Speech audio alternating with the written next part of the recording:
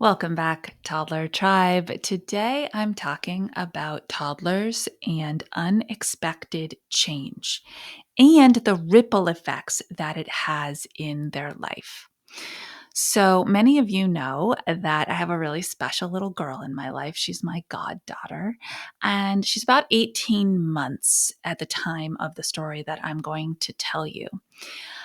And she has been in a childcare setting since she started going when she was little, really little, where it's kind of subdivided. So when you walk in, there's one access that takes you to the infant room, and there is another access that takes you into the toddler and preschooler room.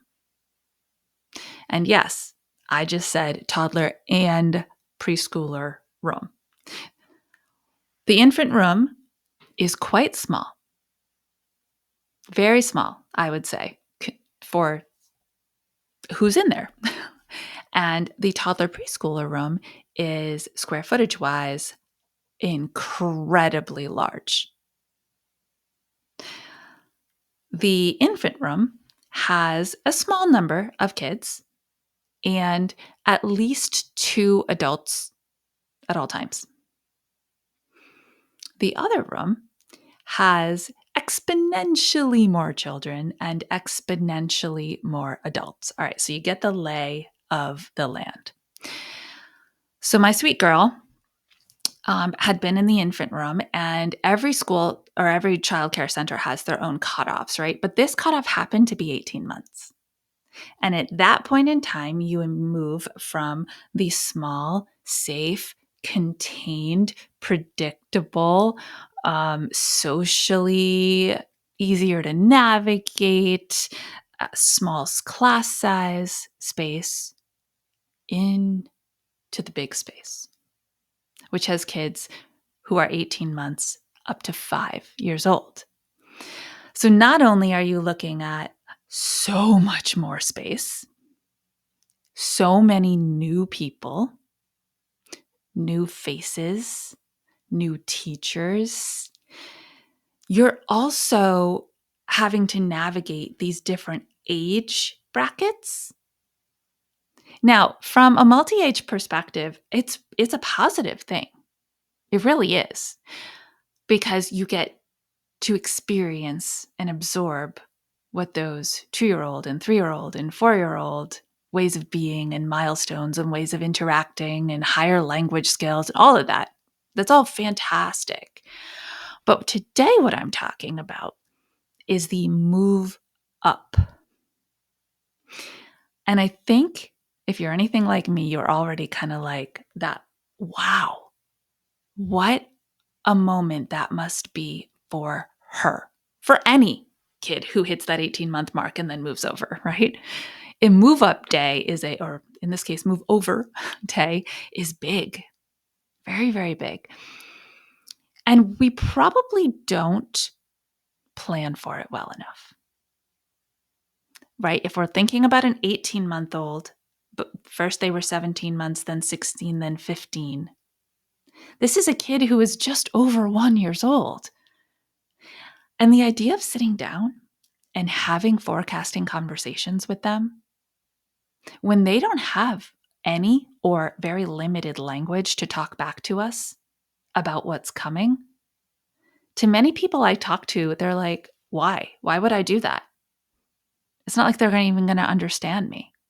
Okay, well, I'm here to tell you that is not true. 100% not true. Let's go back to my linguistics degree.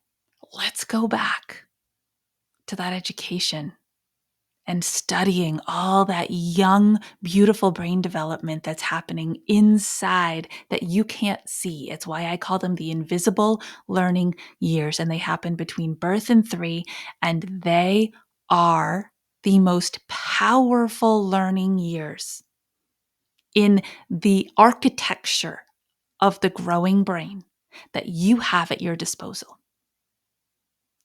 to be putting information in. And it's also why I walk around telling anyone who will listen that we grossly underestimate what our kids are capable of understanding simply because they're not talking completely yet.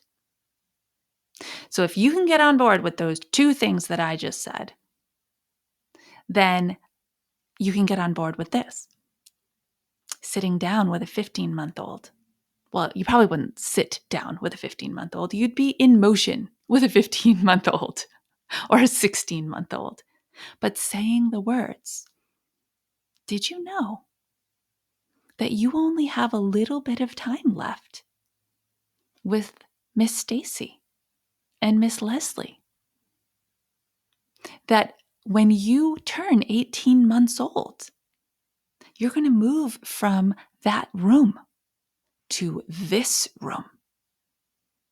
Now, maybe you're saying these things at drop-off, and maybe you're saying these things at pickup, because what do you have at your disposal at that moment in time?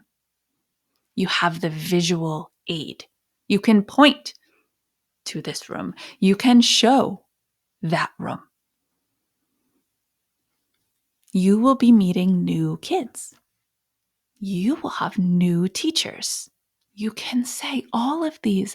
They will understand, especially if you say on repeat.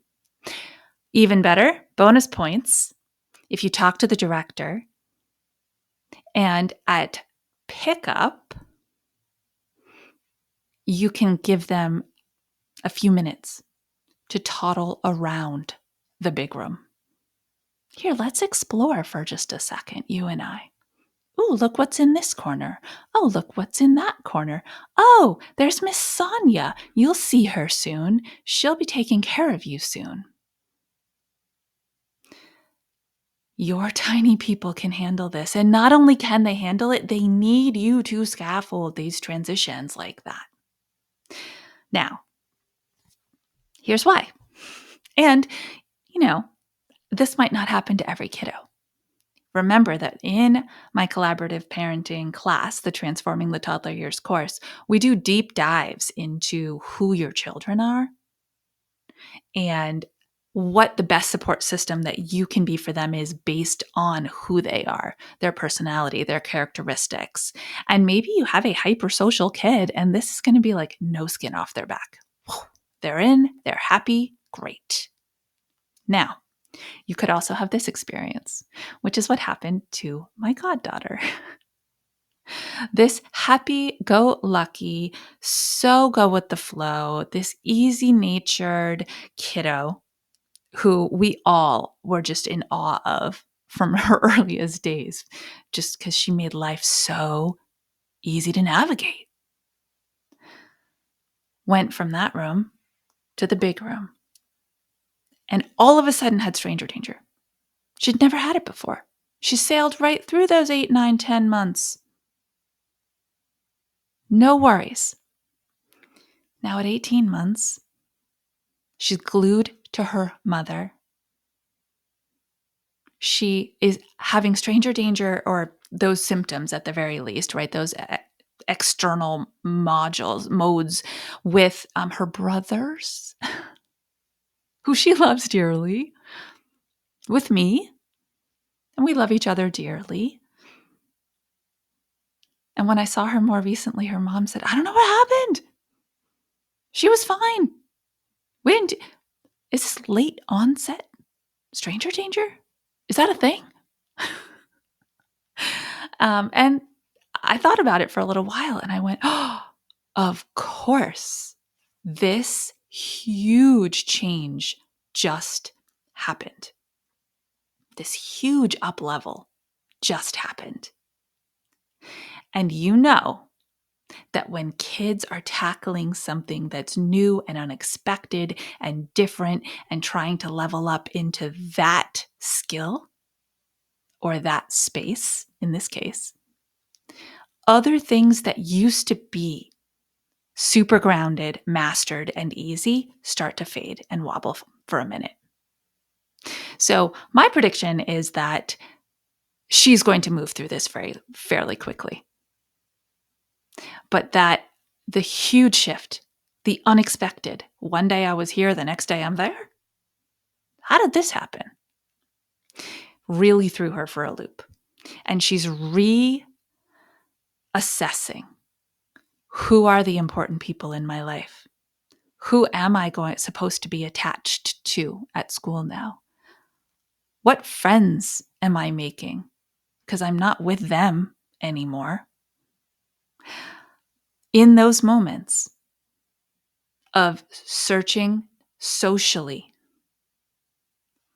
other relationships will either rise up as, you are my stronghold and I need you all the time because I'm a little confused right now. That's mama. And wait a minute, I know we're cool, but I'm not right now. So I can't. That's brothers and me. If you are on the receiving end, please hear me, of the we used to be cool, but for a minute we're not, do not take personal offense. I hope that these 11 minutes of me talking have confirmed for you that the kiddo who's important to you is moving through something and they will come to the other side of it. This isn't about you. I promise. They are going to return to the run and hug and the snuggle like that. All right, my toddler tribe, keep being you and really doing the big work to understand the philosophy, to understand the pedagogy, to understand the psychology of your children so that you can show up for them and help them become great humans. Until our next episode, stay mindful and proactive as we transform the toddler years.